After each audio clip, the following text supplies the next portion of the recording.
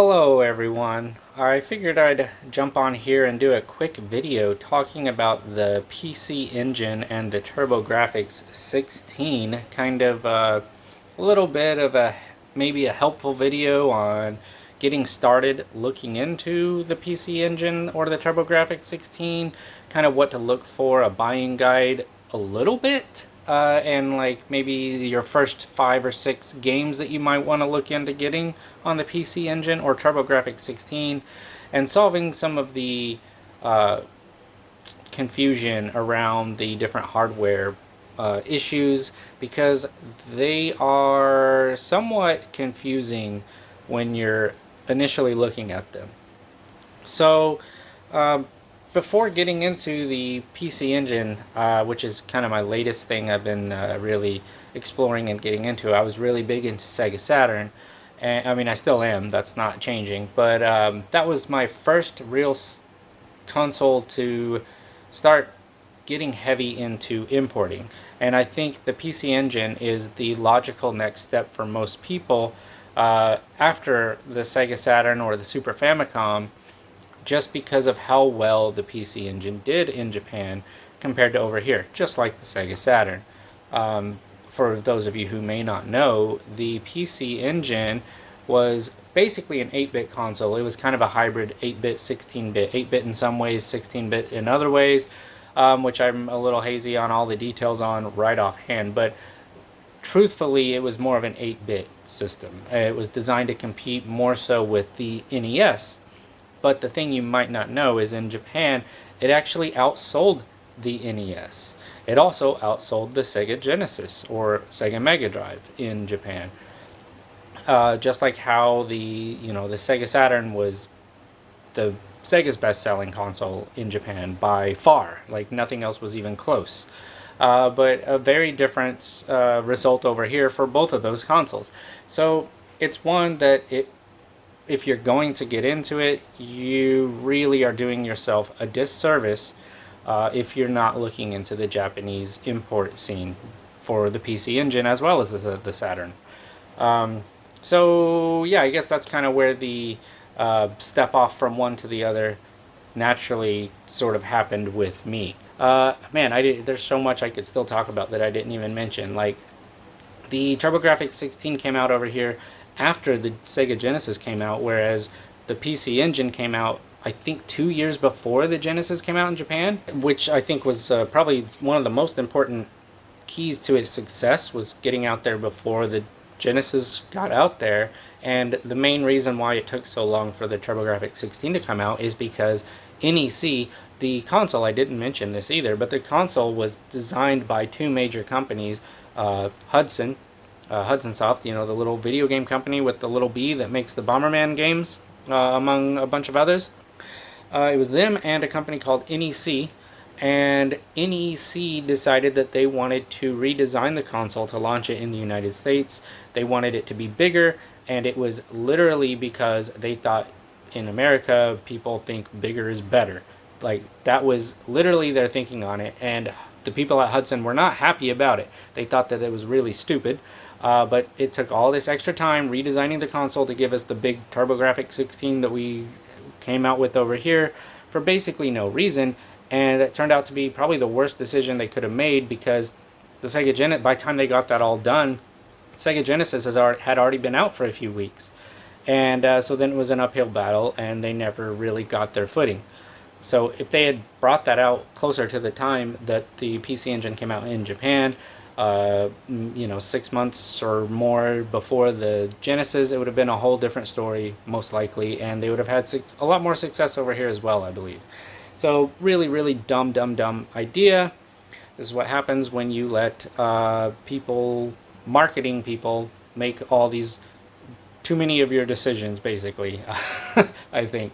So I guess we'll start out just talking about the model that I went with, and what I would honestly probably recommend is getting the PC Engine Duo R. Now, the reasons why I would recommend going with the PC Engine Duo R as opposed to the Turbografx or just the base model PC Engine, or what Turbo Duo, which was the Turbografx version of this console. There's a few reasons for those things. For one, the Turbografx 16 did not do very well at all over here in the United States. It had less than 150 games that came out for it, I believe, and that's including all the little card games and the CD games combined. Less than 150 games. Versus the PC Engine in Japan, there were around 700 games that came out between the two, the cards and the CDs. Over half of them were CDs, around 380 of them or so were CDs. And a cool thing about the CDs is all of the CDs are region free. So if you get the Turbo or the PC Engine Duo R here, it can already play all of the Turbografx 16 CD games. It cannot play the cue card games, but there were only around 10 or 11 Turbografx 16 cue card games that did not come out in Japan on the PC Engine. So you're only limiting your options by a dozen or less games, and of those, at least half of them are probably titles you're not going to really be remotely interested in. So yeah, that's part of why I would recommend going with this. You're going to have a much larger library. You can still play a good amount of the Turbografx CD games anyway. You can play all of those on here. If you really want to, you can region mod this thing. Mine is region modded. I did not do it myself. I bought one that was already RGB and region modded, but you really don't have to, I don't think. Some of the games, like outside of the few that are US exclusives, like the dozen or so, there are a few, even of the CD games, where you would legitimately want the Turbografx version, like the Ease Books 1 and 2. But this can play those, because those are CD games. So most of what you would want, this can handle it even without region modding it. At least I believe those Ease games are CD based. I'll put a little correction if that's incorrect right there. But if not, you would maybe want to region mod it for that. Another reason why you want to go with this is because the Turbo Duo, which is the Turbografx 16 version of this, where it's an all-in-one console, where, as I've been talking about the cards and the CDs. So over here, this is where the card-based games go. Here's an example. This is actually a Turbografx 16, card game. I think they call these Turbo Chips, or, oh no, they still call them HU cards apparently. HU card. So there we go. And then on this side, you hit that little button, and this is where your CDs go. Oh, and there, I've got a CD in there currently, but I've been playing. So the Turbo Duo is the equivalent to this. It's black, it looks really cool, but the thing is, hardware-wise, it just was made with far inferior parts to what this was made with. So if you're getting one, for one, I would absolutely say region modding it is almost an absolute necessity, for one thing, because there are tons of awesome HU card games that only came out on the PC Engine that it's not going to be able to play otherwise. So, whereas with this, you don't really have that problem with the Turbografx, as I've already mentioned. But you're also most likely going to have to do some pretty costly repairs to the Turbo Duo to get it up and running. The capacitors are notoriously faulty, along with a few other things. So that's another reason why I would say this is probably the way to go. Outside of this, another viable route I would say would be to get the little pieces, the components, the little PC Engine base console, which looks like the little mini console that they released, which actually I do have. Let me go ahead and grab it real quick.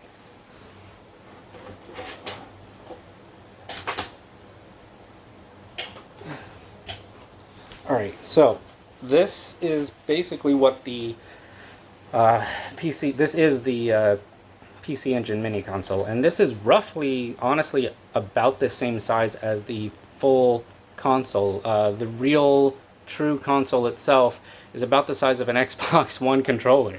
So it's barely larger than this, which is insane.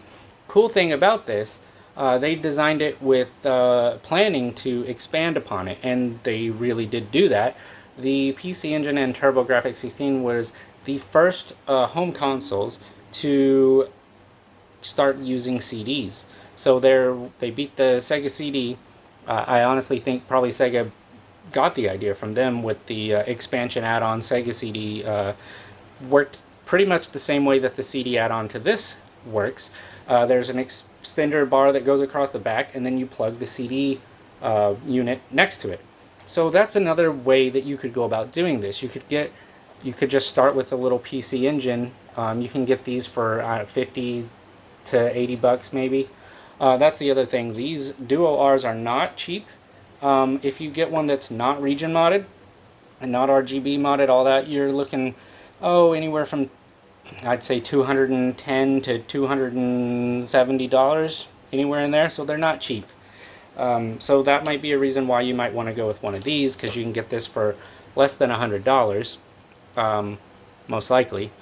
And then later on, maybe buy the little expander and get the little CD unit after the fact. Because I think that the two units side by side, all hooked up with the little extension unit, they look really cool.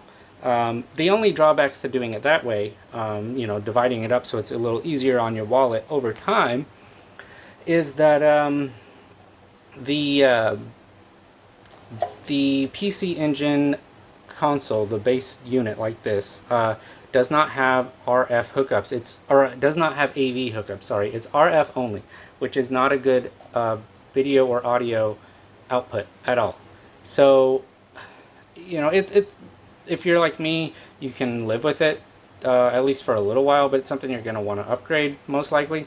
So that would be another cost. So you would initially buy that base unit, then you'd probably be looking to mod it to put the AV out. I think there might be a way to do it with the extender. I think it might add AV function actually, so if you go that route, maybe you can avoid that. I'm not totally sure. I haven't come across one of the extender units with the CD for sale to really know what they price at. Probably should have looked that up before starting this video.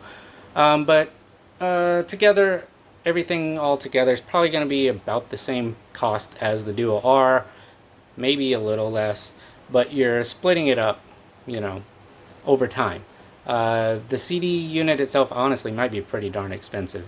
But the other thing about that is if you're using this, you have to have the extended RAM cards that you put in here to use the CDs, because they need larger RAM capacity. Whereas with the Duo R, that's built in. There is one card you need for a select few CDs, but overall it's pretty much built in. It's also got a memory unit built into it, so it can save your game files, things like that. Whereas with this, it does not. Again, you have to buy another card to do all that and use passwords, things like that. So that's a reason why you might want to go with the other one. Okay, so we talked about the other thing you can do is to get the instead of the base, the original PC Engine, there's the Core Graphics, which looks the same as this, except it's gray, same size, but it's gray, and depending on which model you get, it'll have like blue or orange font. And the cool thing about those is they do have the AV out built in, so that's cool. That's a way you could go, but those are more expensive. Those you're looking at anywhere from, starting probably around $100 to $150, so that's the thing with those. Alright, this video's already gone on long enough to where I don't think I'm going to be talking about game recommendations or the ones that I've picked up so far, anything like that. In this one, I think I'm just going to leave it the somewhat brief hardware overview and a little bit of the history of the console and the story behind it, the environment that it was kind of released in. So I guess just to summarize, if you want the simplest all-in-one quick and easy solution, I would recommend getting the PC Engine Duo R. That way you get the largest selection of games. There's a whole lot of games on it that were only released in Japan. that you are going to be completely fine playing, because there's very little, if any, language barrier at all with a lot of the games. There's a tremendous amount of shoot 'em ups on the console, more than 100 games, roughly 20% of the library was shoot 'em ups. So if you like shoot 'em ups, you're definitely doing yourself a disservice if you never check into the PC Engine. Another really cool thing, real quick, hardware related and also regarding shoot 'em ups, the controllers. This was the kind of second model controller that they did. The first model, the white one that goes with the base model console, doesn't have the turbo switches. I would definitely recommend getting one with the turbo switches, especially if you're wanting to play shoot 'em ups, because these little turbo sliders here, oh my god, this is the best thing for shoot 'em ups of the entire generation. Like even like the next generation, Sega Saturn, PlayStation, they didn't have cool stuff like this unless you got like an arcade stick to get the turbo. And this makes all the difference in the world, especially of shooters of this era where you just had to sit there and like tap tap tap tap tap tap repeatedly on the shoot button. Awful. This is so good for shoot 'em ups. But anyway, back onto the summary. So PC Engine Duo R, quickest, easiest. You don't have to worry with the RF. It's got AV hookups. Like I said, large library of games. Tons of them where you won't have an issue with the language barrier. You can play all of the CD-based Turbografx games as well on it without modding it. The other way you could do it is with the base model PC Engine. It's the cheapest version. And then if you wanted to add on the CD component, those seem to be pretty rare. Ultimately, with those two, you're probably going to be spending about the same as you would with the PC Engine Duo R, maybe even a little more. But you could break it up into a couple of payments, like maybe one payment of $100 and then another one of another couple $100 or something like that.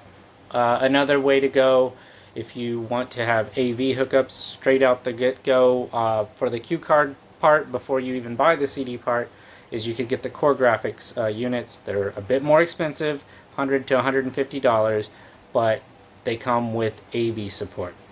So that's basically it. I think I'm going to leave it there. There's a lot of information, and let me know if you want to hear. I'll probably talk about some of the games eventually, but I've picked up about 6 games so far. I played them all, so maybe I'll give a little bit of my thoughts on those games in a video eventually. But I'll talk to y'all next time. Let me know if this video helped you out at all, or if you've kind of started getting an interest in maybe checking into the PC Engine or the Turbografx.